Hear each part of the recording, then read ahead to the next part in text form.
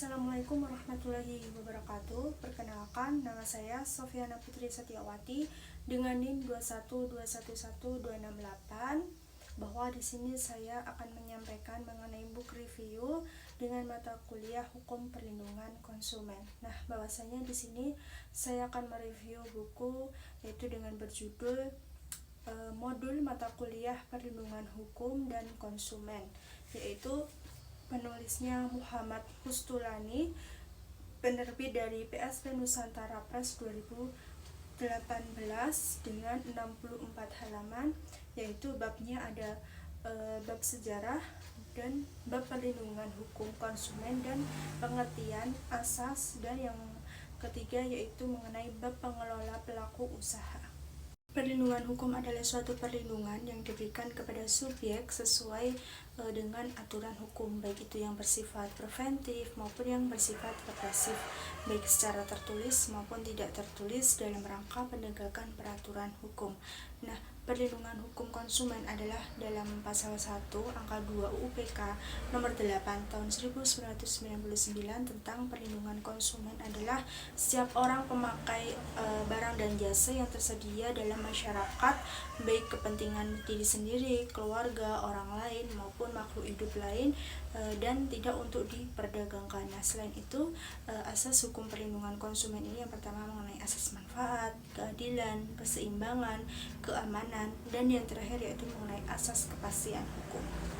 Selain itu juga ada tujuan dari hukum perlindungan konsumen. Yang pertama itu meningkatkan kesadaran dan kemandirian konsumen untuk melindungi diri. Yang kedua, meningkatkan harkat dan martabat konsumen dengan menghindarkan akses negatif terhadap barang dan jasa. Yang ketiga yaitu memperdayakan konsumen dalam memilih dan menuntut hak-haknya.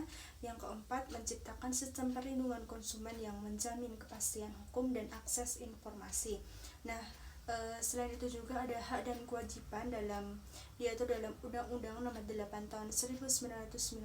Yang pertama itu mengenai hak atas kenyamanan, keamanan, keselamatan dalam mengkonsumsi barang atau jasa. Yang kedua, hak untuk memilih barang atau jasa serta mendapatkan barang atau jasa tersebut sesuai dengan nilai tukar dan kondisi serta jaminan yang dijanjikan. Yang ketiga yaitu mengenai hak atas informasi yang benar, jelas, dan jujur mengenai kondisi dan jaminan barang atau jasa. Yang keempat yaitu hak untuk didengar pendapat dan keluhannya atas barang atau jasa yang digunakannya. Nah, selanjutnya untuk pembahasan yaitu mengenai pengelola atau pelaku usaha dan konsumen. Nah, pengelola sendiri ini adalah seseorang atau badan yang melakukan proses pengkoordinasian dan pengintegritasan terhadap semua sumber daya. Nah, baik manusia maupun teknik untuk mencapai berbagai tujuan khusus yang ditetapkan dalam suatu organisasi. Nah, sedangkan konsumen ini adalah setiap orang yang mendapatkan secara sah dan menggunakan barang atau jasa untuk suatu kegiatan tertentu. Nah, selanjutnya itu mengenai ada 3 kelompok sifat dan jenis usaha. Yang pertama itu mengenai investor, yang kedua produsen, dan yang ketiga distributor. Nah, untuk pembahasan selanjutnya itu mengenai hak dan kewajiban pengelola atau pelaku usaha. Yang pertama itu hak untuk menerima pembayaran yang sesuai dengan kesepakatan mengenai kondisi dan nilai tukar barang atau jasa yang diperdagangkan. Yang kedua yaitu hak untuk mendapat perlindungan hukum dari tindakan konsumen yang beritikat tidak baik. Yang terakhir yaitu hak untuk melakukan pembelaan diri sepatutnya di dalam penyelesaian hukum sengketa konsumen.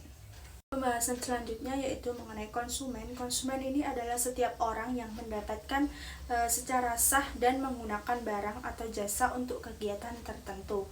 Nah, kepentingan konsumen ini seperti kepentingan benih. Artinya gini, seperti hidup dalam rahim ibu sampai dengan tempat pemakaman dan segala kebutuhan di antara keduanya. Nah, maksudnya ini adalah setiap manusia ini akan terus menjadi konsumen sejak ia hidup hingga akhirnya akan meninggal. Nah, selanjutnya itu apa sih hubungan hukum antara pelaku dan usaha dan konsumen? Nah, hubungan antara pelaku usaha dan konsumen ini pada dasarnya adalah tindakan konsumen untuk melakukan transaksi ekonomi atau bisnis dengan pelaku usaha. Nah, transaksi tersebut ini dapat berbentuk pembelian barang, penggunaan jasa layanan, transaksi keuangan seperti pinjaman atau kredit. Nah, transaksi di atas ini dapat terwujud jika telah terjadi kesepakatan antara kedua belah pihak yang menyebabkan timbulnya hubungan hukum antara pelaku usaha dan konsumen. Kesepakatan antara dua subjek hukum atau lebih itu memuat janji-janji dari kedua belah pihak yang bersifat mengikat dan selanjutnya ini disebut perjanjian. Nah, prinsip tanggung jawab dalam hukum ini dibedakan menjadi 5. Yang pertama yaitu prinsip tanggung jawab berdasarkan unsur kesalahan liability. Yang kedua, prinsip praduga untuk selalu bertanggung jawab. Dan yang ketiga, prinsip praduga untuk tidak selalu bertanggung jawab, presumption of non-liability. Yang keempat, prinsip tanggung jawab mutlak. Dan yang kelima yaitu prinsip pembatasan tanggung jawab.